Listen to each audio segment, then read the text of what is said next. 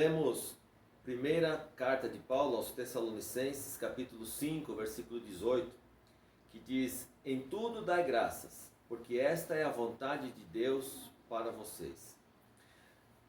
Algumas pessoas leem esse versículo e interpretam de uma forma equivocada.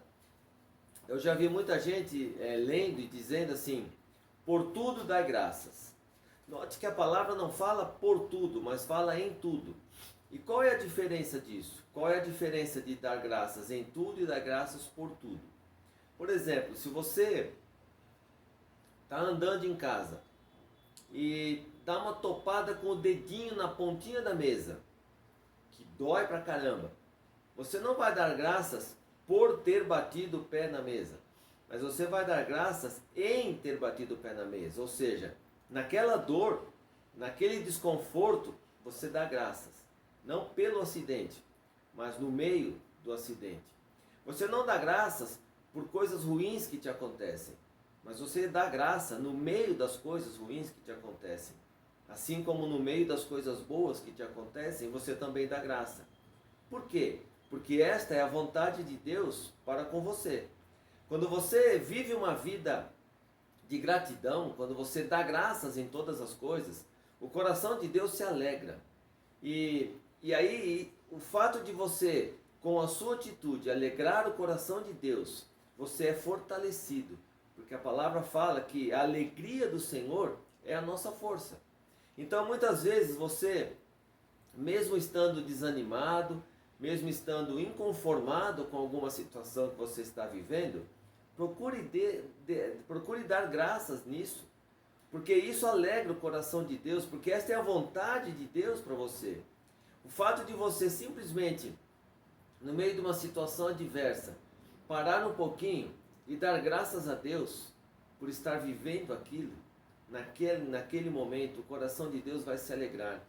E isso tem fundamento na Bíblia, lá em Isaías 55:8, que diz assim: porque os meus pensamentos não são os vossos pensamentos, nem os vossos caminhos os meus caminhos, diz o Senhor. O que Deus quer dizer com isso? Que muitas vezes nós achamos que estamos passando por um momento ruim. Nós achamos que estamos atravessando um momento nada bom na nossa vida, mas Deus fala que os pensamentos dele não são os nossos. E os caminhos nossos não são os dele. Os caminhos deles, os pensamentos dele, estão muito acima dos nossos. Ele quer dizer o que com isso? Que quando nós estamos passando por alguma situação, nós enxergamos apenas aquele momento. A nossa visão está focada naquilo que estamos passando. Nós não enxergamos o que vem depois. Nós só podemos ver o que veio antes e o que está acontecendo agora. Mas Deus olha também o que vem depois. E muitas vezes nós passamos por alguma situação que vai nos beneficiar lá na frente. E por isso a palavra de Deus ela é perfeita. Por isso que Paulo diz assim: em tudo dai graças, porque esta é a vontade de Deus.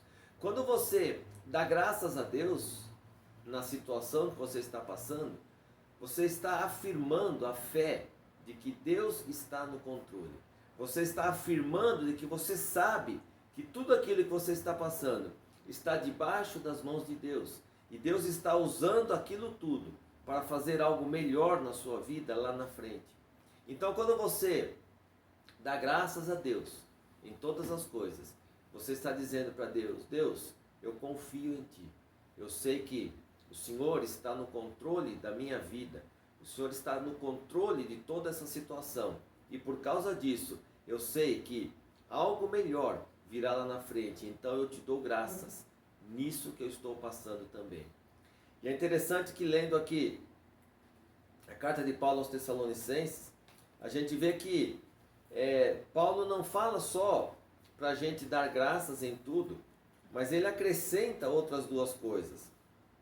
Ele acrescenta nos versículos anteriores, ele diz para a gente orar sem cessar e nos regozijarmos, nos alegrarmos. Essas três coisas, orar sem cessar, nos alegrarmos em Deus e darmos graças em todas as coisas, elas mostram três características da nossa vida. da vida daquele que serve a Deus, da vida daquele que vive segundo a vontade de Deus. Primeiro, quando ele diz, alegrai-vos sempre, é uma vida de adoração a Deus. Eu adoro a Deus, independente de como eu esteja. Se eu estou doente, se eu estou passando por um momento de dificuldade, se eu tenho dinheiro, se eu não tenho, eu me alegro em Deus e não na situação. Isso, o fato de eu estar alegre com Deus, é um fato de eu estar adorando a Deus e reconhecendo de que Deus é soberano sobre a minha vida e de que tudo que eu passo está sob o controle de Deus. Quando ele fala também, orai sem cessar.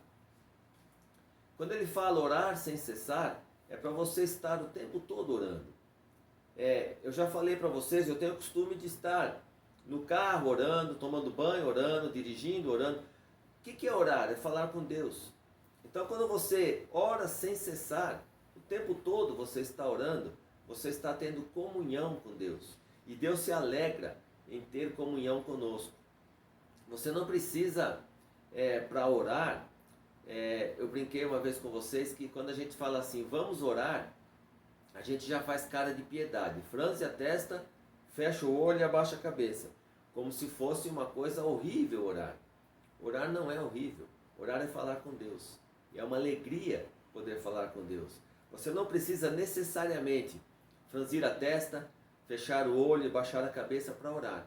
Você pode orar em qualquer lugar, em qualquer tempo, em todo lugar e em todo tempo. Isso é ter comunhão com Deus.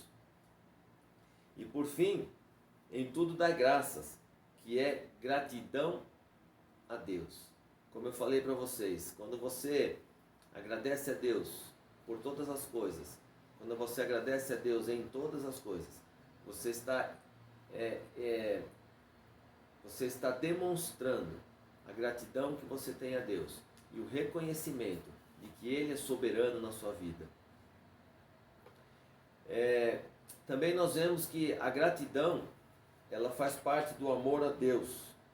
E a gratidão, ela faz parte também do fruto do Espírito, que está lá em Gálatas 5.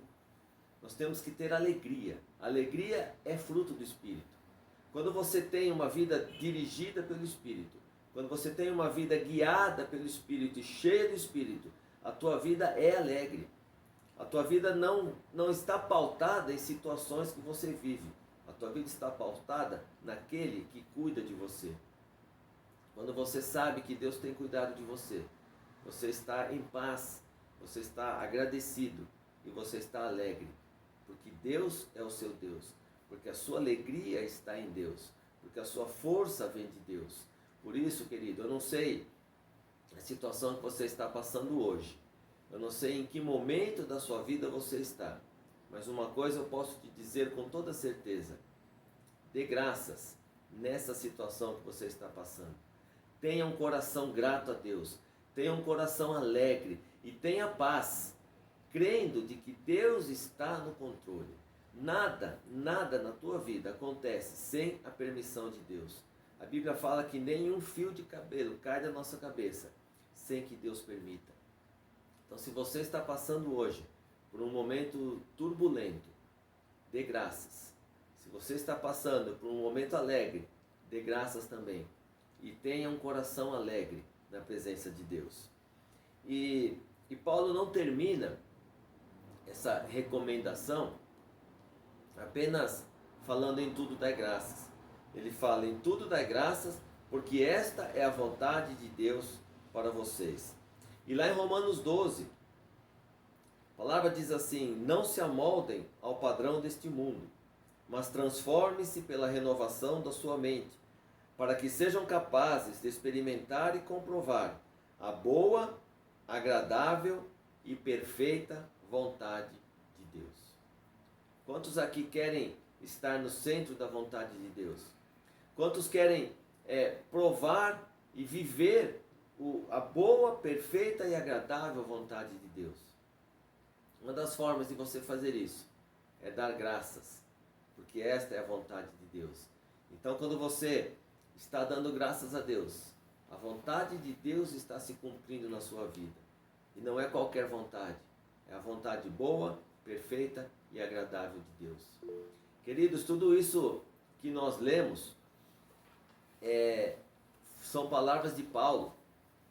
E Paulo foi alguém que foi chamado por Jesus para pregar aos gentios. E por isso, por causa disso, ele sofreu muita coisa. Mas, mesmo sofrendo, ele dá esse conselho: em tudo dai graças. Só para vocês relembrarem o que Paulo sofreu, o que Paulo passou, por estar na vontade de Deus, por dar graças em tudo.